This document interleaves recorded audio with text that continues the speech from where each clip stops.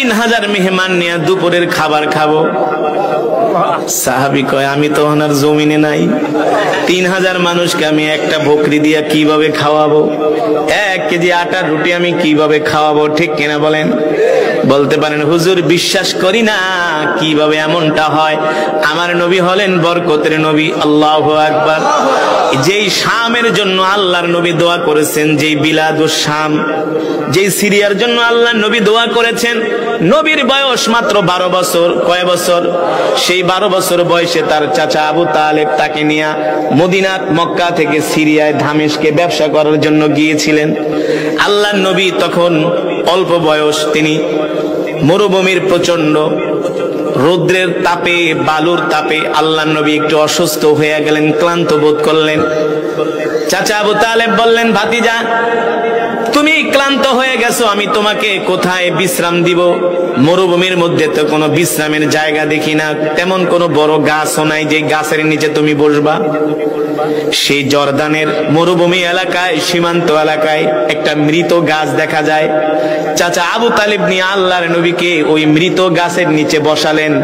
আল্লাহর নবী মৃত গাছের নিচে বসার সাথে সাথে মৃত গাছ জীবিত হয়ে গেছে। জোরে বলেন সুবহানাল্লাহ। কেন কেন? কারণ কি? আল্লাহ তাআলা বলছেন ওয়ামা আরসালনাকা ইল্লা রাহমাতাল লিল আলামিন। আল্লাহু আকবার। সেই গাছ আজও পর্যন্ত নাই, আছে। সেই গাছকে বলা হয় সাহাবী গাছ। আল্লাহর নবী শুধু মৃত গাছের নিচে বসেছেন, সাথে সাথে গাছ জীবিত হয়ে গেছে। এই গাছ আল্লাহর নবীর নিদর্শন হিসাবে আল্লাহ তাআলা কিয়ামত পর্যন্ত জমিনে এই গাছকে বাঁচায়া রাখবেন, ঠিক কিনা বলেন? মানুষ দেখবে, মানুষ দেখবে এই গাছের নিচে নবী বসছিল। নবী রাহমাতুল লিল আলামিনের বরকতি শরীর লাগার কারণে মৃত গাছও জীবিত হয়ে গেছে। এবার জাবের রাদিয়াল্লাহু তাআলা আনহু দৌড়ে বাড়িতে গেছে, যে বলে স্ত্রী আমাকে তুমি দোষারোপ করো না, কারণ স্ত্রী যদি আবার মনে করে স্বামী 3000 দাওয়াত দিয়েছে, তাইলে তো স্ত্রী বর্ষনা করবে, তাকে বকাবাদ্য করবে না যে তুমি এত মানুষ দাওয়াত দিচ্ছ, খাসি একটা, তোমার মাথায় সমস্যা আছে না? কয় তুমি আমাকে কিছু বলো না। কয় কি হয়েছে? বলে আমাকে দোষারোপ করো না, তুমি আটা রুটি 1 কেজি আর খাসি হলো একটা। আমি আল্লাহর নবীকে দাওয়াত দিছি, আল্লাহ নবী কি করছে জানোনি? যুদ্ধের ময়দানে যত মুজাহিদ ছিল আল্লাহর নবী সবাইকে দাওয়াত দিয়ে দিছে। ছোট বলেন সুবহানাল্লাহ। স্ত্রী বলতেছে প্রাণের স্বামী গো, চিন্তা করবেন না, ভয় করবেন না, শঙ্কিত হবেন না, আতঙ্কিত হবেন না। যদি আল্লাহর নবী তার বরকতি জবান দিয়ে দাওয়াত দিয়া থাকে, আমার বিশ্বাস আসমানের মালিক তার হাবিবকে লজ্জিত করবে না। এবার জোহরের নামাজ পড়ে আল্লাহ নবী 3000 সাহাবী সহ জাবের রাদিয়াল্লাহু তাআলা আনহুর বাড়িতে দাওয়াত খেতে যাচ্ছেন। আশেপাশের ইহুদি আছে না, ইহুদি হারামজাদা আছে না, এগুলা আগের থেকেও শয়তানি, এখনো শয়তান, এখনো শয়তানি বন্ধ হয় নাই, তবে হবে। চূড়ান্ত মায়ের ওদের কপালে আসতেছি। আমরাও জিহাদের জন্য প্রস্তুত হচ্ছি, প্রস্তুত হচ্ছি না, প্রস্তুত, ঠিক কিনা বলেন? এই ইহুদিরা, খ্রিস্টানরা, কাফের মুশরিকরা বলে যাবের মাথা নষ্ট হয়ে গেছে, নিজে খাইতে পাও না, 3000 মানুষ কিভাবে খাওয়াইবা? দেখি তোমার নবীর কেমন পাওয়ার। আসলে ইহুদিরা জানে না আমার নবী সাল্লাল্লাহু আলাইহি ওয়াসাল্লামের ইজ্জত মানে আল্লাহর ইজ্জত, ঠিক কিনা বলে? কারণ আমার নবী হলেন আল্লাহর বন্ধু, ঠিক কিনা বলে? আল্লাহ তাআলা বলে হাবিব গো, এই দুনিয়াতে যত নবী পাঠাইছি সবাই আমার সাথে বন্ধুত্ব করছে। হাবিবুল্লাহ, খলিলুল্লাহ, ঠিক কিনা বলেন? ঈসা রূহুল্লাহ, আদম সফিউল্লাহ, মুসা কালিমুল্লাহ। আল্লাহু আকবার। এই দুনিয়াতে আমি যত পয়গম্বর পাঠাইছি সবাই আমার সাথে এসে দোস্তি করছি, কিন্তু আমি আল্লাহ আগ বাড়ায়া আপনার সাথে বন্ধুত্ব করেছি। আমি আল্লাহ বলেছি হাবিব আমি আপনার সাথে দোস্ত করতে চাই, আমি আপনার সাথে দোস্তি করতে চাই, বন্ধুত্ব করতে চাই। আল্লাহু আকবার। এই নবীকে কখনো রব বেইজ্জতি করে নাই, করবেও না। জাবের রাদিয়াল্লাহু তাআলা আনহুর স্ত্রী বলে, স্বামী গো, যদি আল্লাহর নবীর জবান দিয়া দাওয়াত দিয়া থাকে আপনি চিন্তা করবেন না, অবশ্যই আসমানের মালিক জমিনের মালিক অবশ্যই তার হাবিবের ইজ্জত রক্ষা করবে, এতে কোনো সন্দেহ। এবার আল্লাহর নবী 3000 মেহমান নিয়ে জাবের রাদিয়াল্লাহু তাআলা আনহুর বাড়িতে হাজির। কোন কোন বর্ণনায় 1500, কোন বর্ণনায় 3000, কিন্তু অধিক বর্ণনা হলো 3000।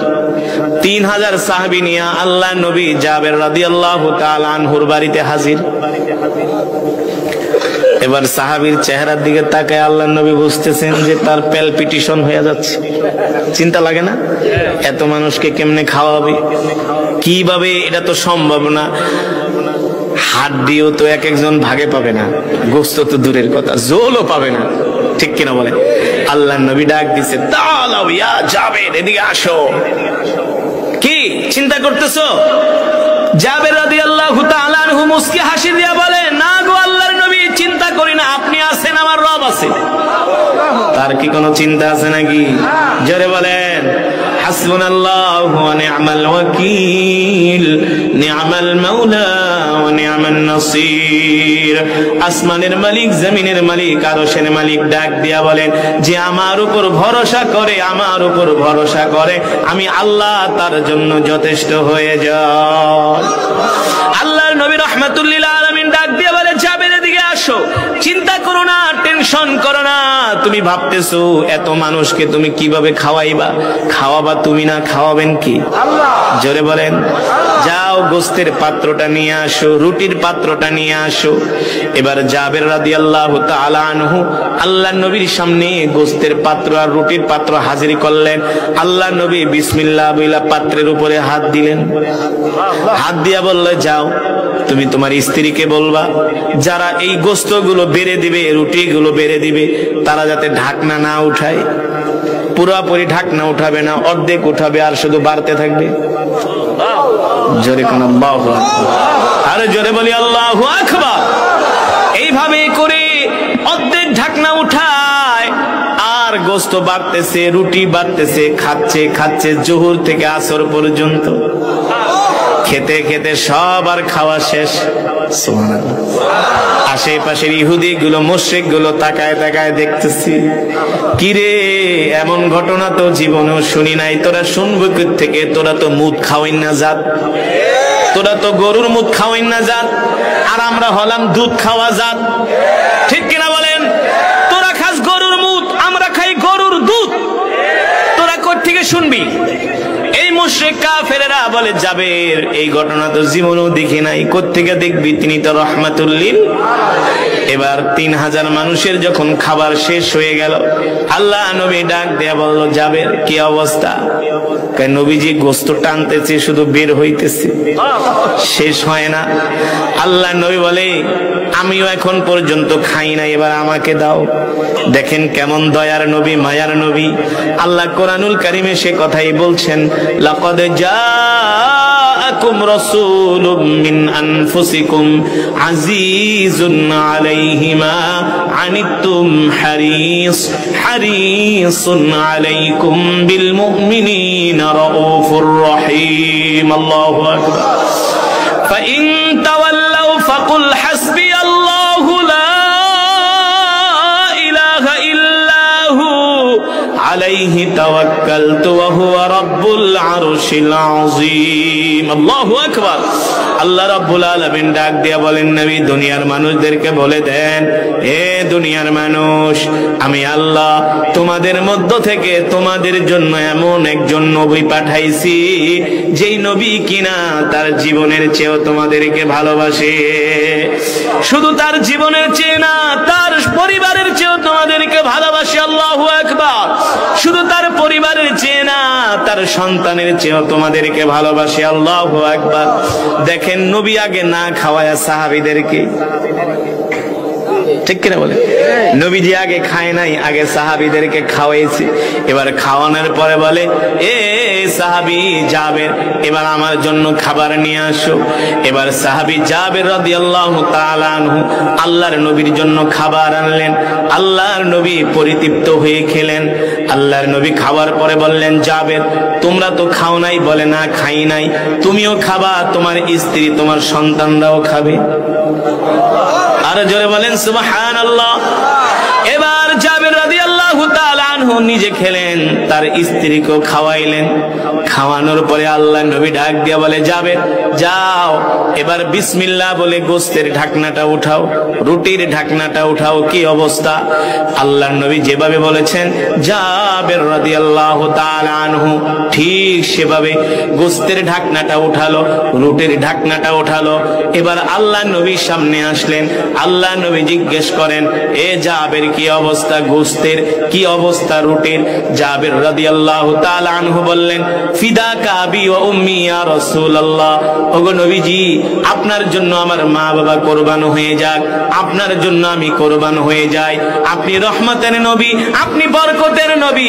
আল্লাহর কসম কইরা বলি, যেমন গোশত তেমন আছে, যেমন রুটি তেমন আছে, এক ফোঁটাও কমে না। জোরে বলেন আল্লাহু আকবার। সেই নবীর উম্মত আমরা খুশি নাকি বেজার? আর জোরে বলি আল্লাহু আকবার। ও মুসলমান, আমরা এমন এক নবীর উম্মত, আমরা আল্লাহ ছাড়া কাউকে ভয় পাই না, ঠিক কিনা বলেন? শুধু এখানেই নবীর বরকত শেষ না রে মুসলমান, এখানেই শেষ না।